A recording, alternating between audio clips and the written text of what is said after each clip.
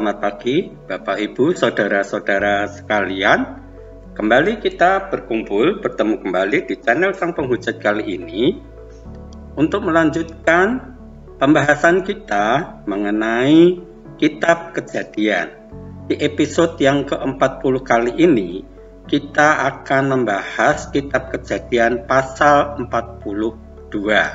Oleh LAI diberi subjudul Saudara-saudara Yusuf pergi ke Mesir. Di Kejadian 42 ini keseluruhannya terdiri dari 38 ayat.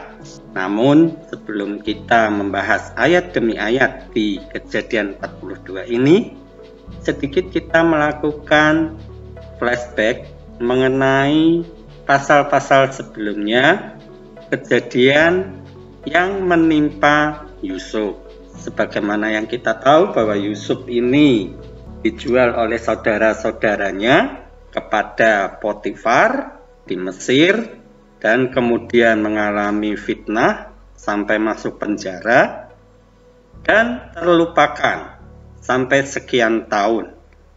Namun kita tahu juga di Kejadian 41 ternyata Yusuf mengalami perubahan nasib dari seorang yang terpuruk menjadi seorang pilihan, menjadi tangan kanan dari Firaun. Ada yang menarik dari kejadian tersebut, dan ternyata tidak pernah ditulis kelanjutan dari kisah Yusuf ini terhadap Potifar.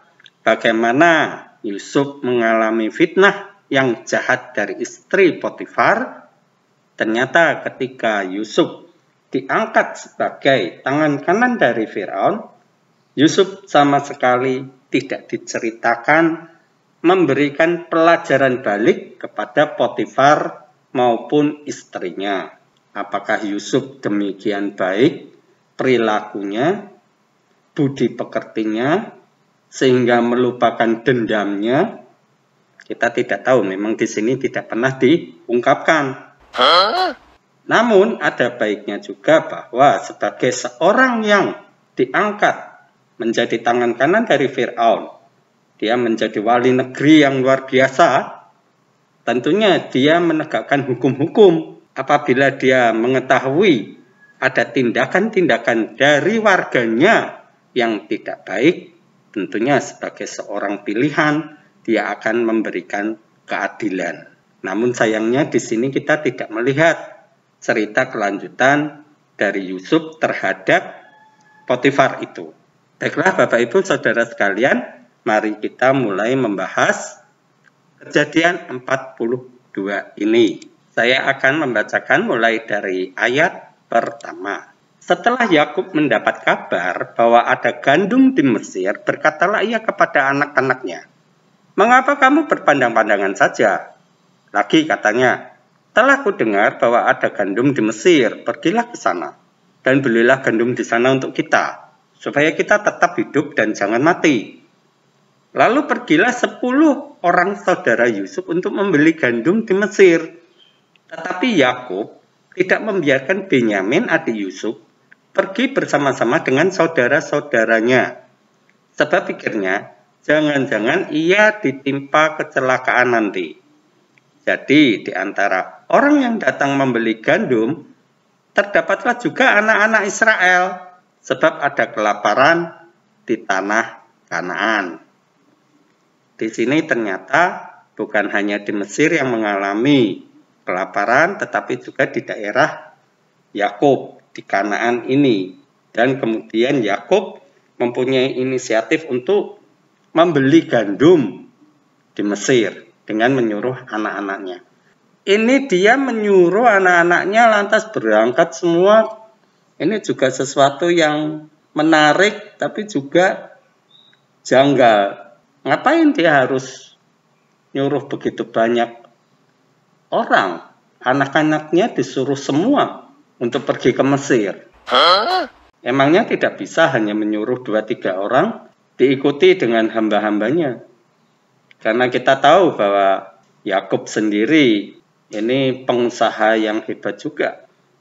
Dia tidak miskin, dia mempunyai kekayaan, hamba-hambanya juga banyak. Tapi di sini justru diceritakan bahwa dia menyuruh anak-anaknya pergi ke Mesir, kecuali yang paling kecil, yakni Benyamin.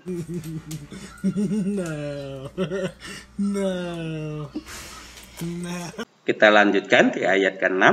Sementara itu, Yusuf telah menjadi mangku bumi di negeri itu. Dialah yang menjual gandum kepada seluruh rakyat negeri itu. Jadi ketika saudara-saudara Yusuf datang, kepadanya lah mereka menghadap dan sujud dengan mukanya sampai ke tanah. Ketika Yusuf melihat saudara-saudaranya, segeralah mereka dikenalnya. Tetapi ia berlaku seolah-olah ia seorang asing kepada mereka. Ia menegur mereka dengan membentak. Katanya, "Dari mana kamu?" Jawab mereka, "Dari tanah Kanaan untuk membeli bahan makanan." Di sini kita disuguhi satu adegan bahwa Yusuf yang telah menjadi mangku bumi, menjadi andalan dari Fir'aun, ini pura-pura tidak mengenal saudara-saudaranya. Ya, dia beradegan menjadi orang asing terhadap saudara-saudaranya. Jelas bahwa mereka ini sudah tidak bertemu belasan tahun. Ketika Yusuf menghadap kepada Fir'aun ini usianya sudah 30 tahun. Padahal terakhir dia bertemu dengan saudara-saudaranya sebelum dijebloskan ke dalam sumur dan dibuang sebagai budak belian. Usia Yusuf sekitar 17 tahun, 18 tahun. Jadi sekitar 12-13 tahun.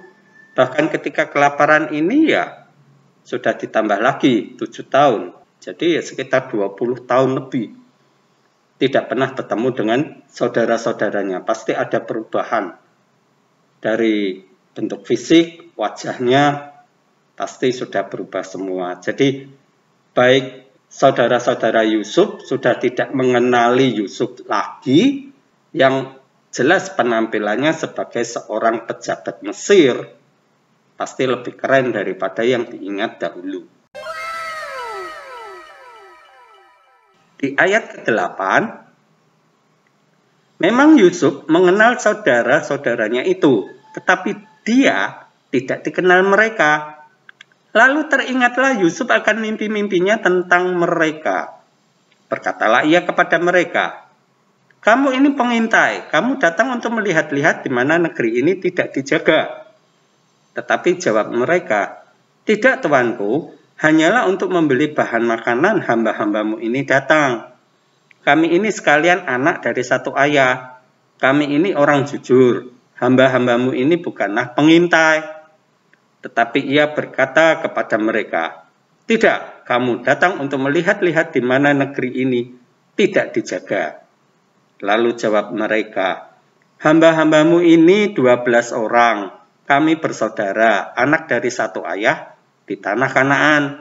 Tetapi yang bungsu sekarang ada pada ayah kami, dan seorang sudah tidak ada lagi." Di sini Yusuf melakukan tindakan menuduh saudara-saudaranya sebagai seorang pengintai. Mata-mata dianggap sebagai musuh bagi orang-orang Mesir. Ya tentu saja ini saudaranya kelabaan. Mereka ke situ hanya untuk membeli makanan, sekarang tahu-tahu dituduh sebagai pengintai. Nyawa mereka bisa terancam. Untuk itu mereka mati-matian menolak tuduhan dari Yusuf tersebut, sampai mereka bercerita bahwa mereka ini anak dari satu ayah, kemudian saudaranya ada 12 orang. Ya ini satu hal yang mungkin kalau kita lihat ya lucu. Kita lanjutkan di ayat ke-14. Lalu kata Yusuf kepada mereka, "Sudahlah, seperti yang telah kukatakan kepadamu tadi, kamu ini pengintai. Dalam hal ini juga kamu harus diuji demi hidup Fir'aun. Kamu tidak akan pergi dari sini jika saudaramu yang bungsu itu tidak datang kemari. Suruhlah seorang daripadamu untuk menjemput adikmu itu. Tetapi kamu ini harus tinggal terkurung di sini. Dengan demikian perkataanmu dapat diuji apakah benar. Dan jika tidak, demi hidup Fir'aun, sungguh-sungguhlah kamu ini pengintai. Dan dimasukkannya lah mereka bersama-sama ke dalam tahanan 3 hari lamanya. Di sini Yusuf benar-benar melakukan satu tindakan represif, satu tindakan yang membuat saudara-saudaranya bisa stres berat ini.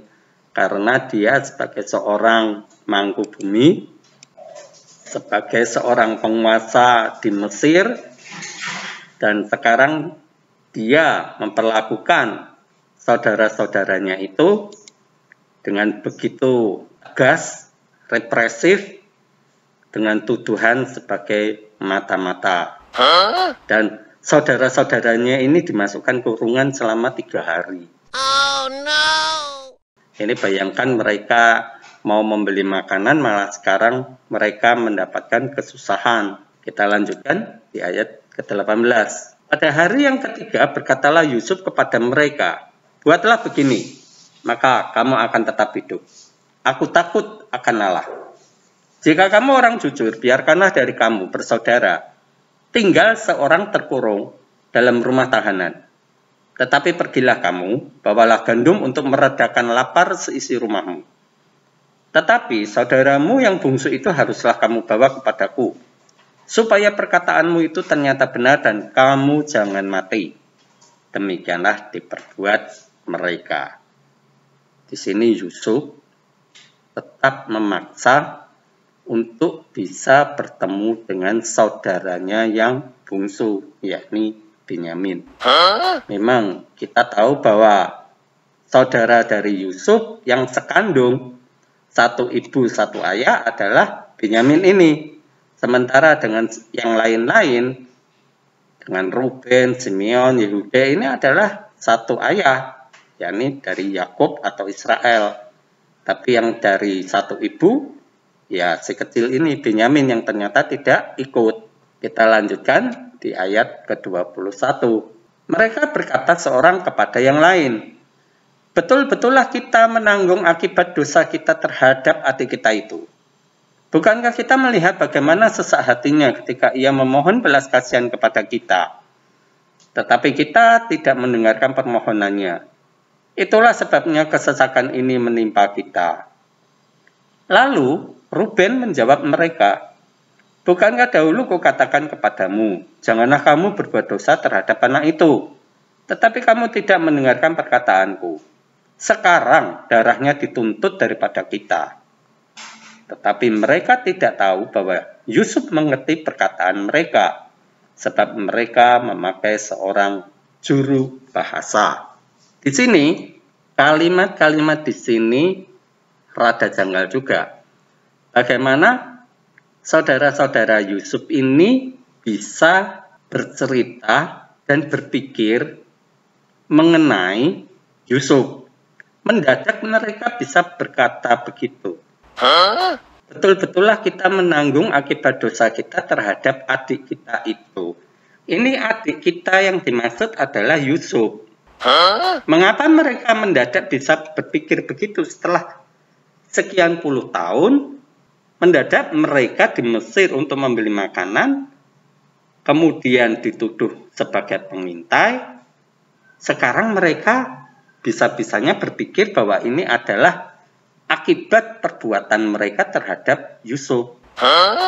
Mengapa bisa muncul pemikiran begitu?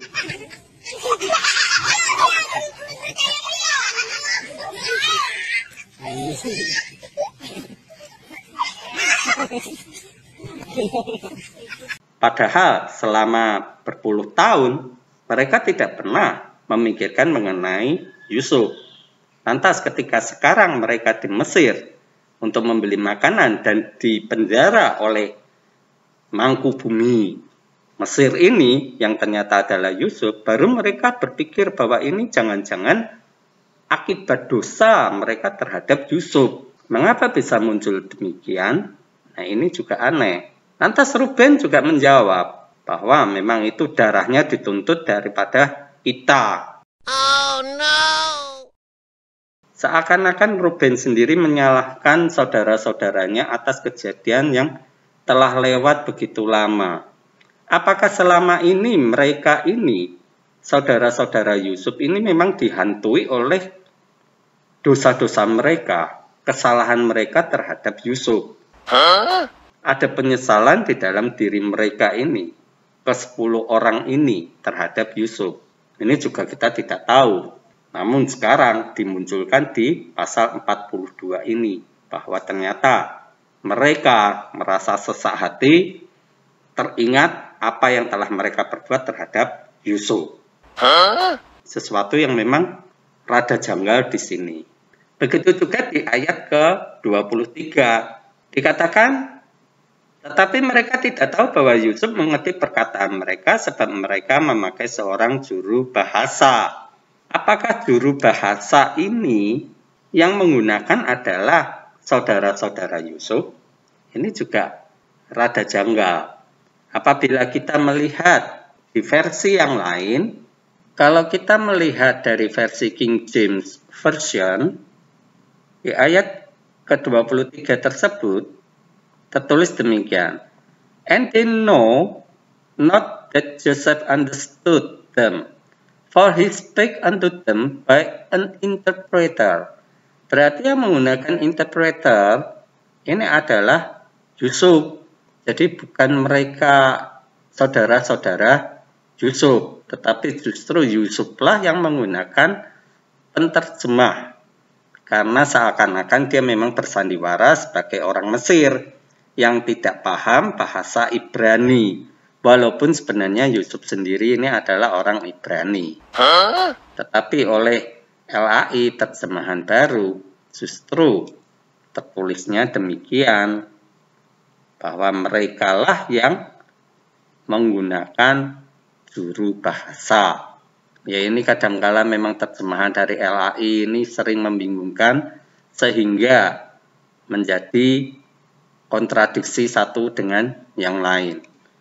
Ini sudah berkali-kali dikritisi oleh banyak pendeta juga. Namun nampaknya memang LAI sendiri tegar tengkuk. Atau kemungkinan juga mereka ada tujuan-tujuan tertentu.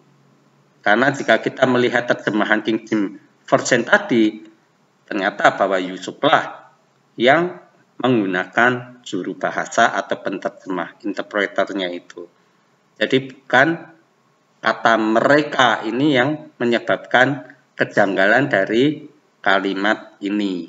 Mungkin bagi Anda sekalian beranggapan bahwa itu hanya kejadian kecil yang mungkin tidak terlalu berpengaruh terhadap cerita ini.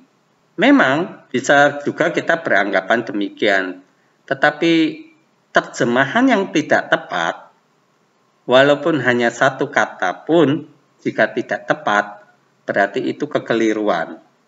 Dan ini adalah satu noda yang buat saya pribadi ini tidak baik. Karena dimana kita beranggapan Alkitab sebagai kitab suci. Kalau terjadi kekeliruan, walaupun hanya satu titik, satu noktah begitu, ya itu tetap saja kekeliruan. Dan itu akan menjadi celah bagi Alkitab itu sendiri nantinya. Kita lanjutkan di ayat ke-24. Maka Yusuf mengundurkan diri dari mereka lalu menangis. Kemudian ia kembali kepada mereka dan berkata-kata dengan mereka. Ia mengambil Simeon dari antara mereka, lalu disuruh belenggu di depan mata mereka. Sesudah itu, Yusuf memerintahkan bahwa tempat gandum mereka akan diisi dengan gandum dan bahwa uang mereka masing-masing akan dikembalikan ke dalam karungnya serta bekal mereka di jalan akan diberikan kepada mereka. Demikianlah dilakukan orang kepada mereka itu. Sesudah itu mereka pun memuat gandum itu ke atas keledai mereka lalu berangkat dari situ. Ini ternyata yang diambil oleh Yusuf adalah Simeon. Sebagaimana yang kita tahu bahwa memang Simeon dan Lewi Ini adalah dua orang yang dahulu pun pernah melakukan pembantaian di kota Sikem, di mana para laki-lakinya dibantai semua setelah mereka melakukan sunat massal. Di seluruh kota Sikem itu laki-lakinya dibantai, dan salah satunya adalah tokoh Simeon ini. Berarti kemungkinan besar bahwa yang memasukkan Yusuf ke dalam sumur itu ya Simeon ini. Makanya kemudian di sini gantian Yusuf mengambil Simeon, karena mungkin dianggap Simeon inilah provokator, saudaranya yang paling jahat, paling kejam. Dan sekarang dimasukkan ke dalam penjara. Sementara saudara-saudaranya yang lain dibebaskan untuk bisa membawa gandum kembali kepada Yakub. Kita lanjutkan lagi di ayat ke-27. Ketika seorang membuka karungnya untuk memberi makan keledainya di tempat bermalam, dilihatnya lawangnya ada di dalam mulut karungnya. Katanya kepada saudara-saudaranya, "Uangku dikembalikan, lihat ada dalam karungku." Lalu hati mereka menjadi tawar dan mereka berpandang-pandangan dengan gemetar serta berkata, "Apakah juga yang diperbuat Allah terhadap kita?" Di sini kita diberi pertunjukan bahwa ternyata saudara-saudara Yusuf ini begitu terkejut ketika melihat ada duit di dalam karung gandum mereka. Ini mereka menjadi tawar hati. Apakah di dalam cerita ini terjadi satu pemikiran bahwa seakan-akan mereka tidak membayar kepada Yusuf sebagai mangkubumi di Mesir tersebut.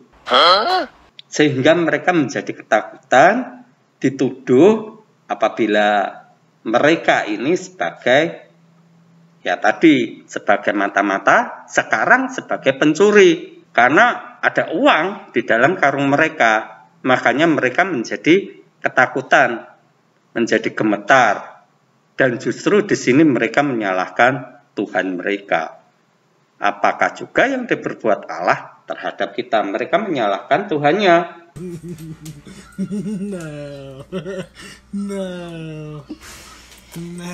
Bahwa dengan kejadian demikian ini, sudah mereka dituduh sebagai pengintai, sekarang saudara mereka ditahan, dan dilanjutkan ada adegan, ada duit di dalam karung mereka.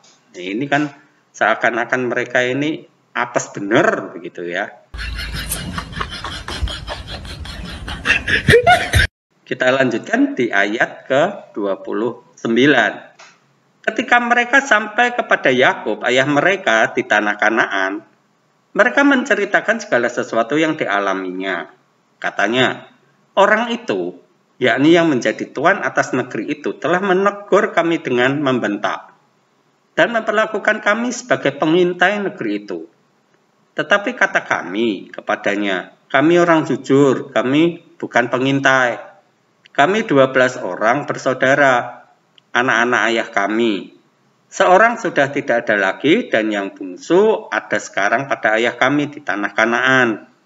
Lalu kata orang itu, yakni yang menjadi tuan atas negeri itu kepada kami, "Dari hal ini aku akan tahu apakah kamu orang jujur. Dari kamu bersaudara haruslah kamu tinggalkan seorang padaku. Kemudian bawalah gandum untuk meredakan lapar seisi rumahmu dan pergilah. Lalu bawalah kepadaku saudaramu yang bungsu itu. Maka aku akan tahu bahwa kamu bukan pengintai tetapi orang jujur. Dan aku akan mengembalikan saudaramu itu kepadamu. Dan bolehlah kamu menjalani negeri ini dengan bebas." Ini kemudian ya saudara-saudara Yusuf ini, kalau orang Jawa ngomong wadul, cerita kepada bapaknya si Yakub ini. Di sini disebut Yakub lagi, tidak menjadi Israel. Ya inilah cara bercerita yang maju mundur nggak karuan, kadang pakai nama Israel, kadang pakai nama Yakub. Suka-suka yang nulis, suka-suka yang cerita. Ini diceritakan oleh anaknya, entah siapa yang cerita ini, karena namanya juga tidak disebutkan. Begitu detailnya cerita ini disampaikan kepada Yakub. Di ayat selanjutnya, di ayat ke-35, ketika mereka mengosongkan karungnya, tampaklah ada pundi-pundi uang masing-masing dalam karungnya. Dan ketika mereka beserta ayah mereka melihat pundi-pundi uang itu, ketakutanlah mereka. Dan Yakub ayah mereka berkata kepadanya, "Kamu membuat aku kehilangan anak-anakku. Yusuf tidak ada lagi, dan Simeon tidak ada lagi. Sekarang Benyamin pun hendak kamu bawa juga. Aku inilah yang menanggung segala-galanya itu." Lalu berkatalah Ruben kepada ayahnya, "Kedua anakku laki-laki boleh engkau bunuh jika ia tidak kubawa kepadamu. Serahkanlah dia ke dalam tanganku, maka dia akan kubawa kembali kepadamu." Tetapi jawabnya, "Anakku itu tidak akan pergi ke sana bersama-sama dengan kamu, sebab kakaknya telah mati dan hanya dialah yang tinggal. Jika ia ditimpa kecelakaan di jalan yang akan kamu tempuh, maka tentulah kamu akan menyebabkan aku yang ubanan ini turun ke dunia orang mati karena duka cita." Ya, di sini ketika mereka melihat ada pundi-pundi uang di dalam setiap karung yang ada, mereka justru ketakutan. Padahal kita tahu jarak Kanaan sampai Mesir ini kan juga pastinya jauh. Tapi ini Yakub berserta anak-anaknya jadi ketakutan. Entah mengapa mereka menjadi begitu ketakutan. Apakah takut karena dituduh sebagai pencuri? Ya, di sini tidak dijelaskan. Mungkin kita bisa melihat kelanjutannya di pasal ke-43. Namun di sini Ruben meminta kepada ayahnya untuk bisa membawa Benyamin menghadap kepada Yusuf. Bahkan dia memberikan garansi kedua anak laki-lakinya boleh dibunuh. Bayangkan bagaimana bisa terjadi satu pemikiran dari Ruben untuk memberikan anaknya, dua orang laki-laki, kepada kakeknya untuk dibunuh. Kalau dia sampai tidak membawa kembali Benyamin menghadap kepada Yakub. Ini entah cara berpikir yang bagaimana, saya sendiri juga bingung.